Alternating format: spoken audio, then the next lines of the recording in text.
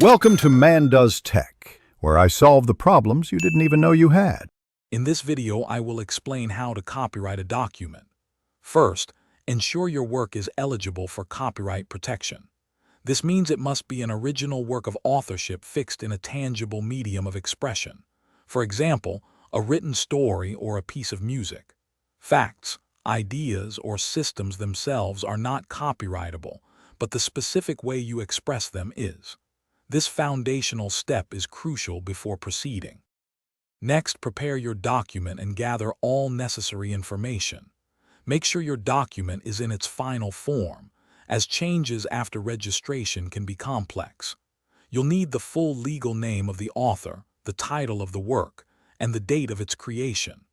Also, identify the specific type of work, such as a literary work or a visual art piece, to ensure correct classification. The most common way to register is through the U.S. Copyright Office's online system. Navigate to their website and create an account. You will then fill out the electronic application form, providing all the details you gathered earlier. Be sure to accurately describe your work. The filing fee for a single author, single work registration is typically around $65.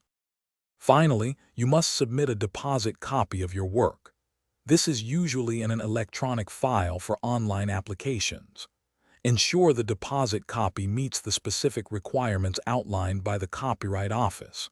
Once your application, fee, and deposit are received and processed, you will receive a certificate of registration, officially documenting your copyright.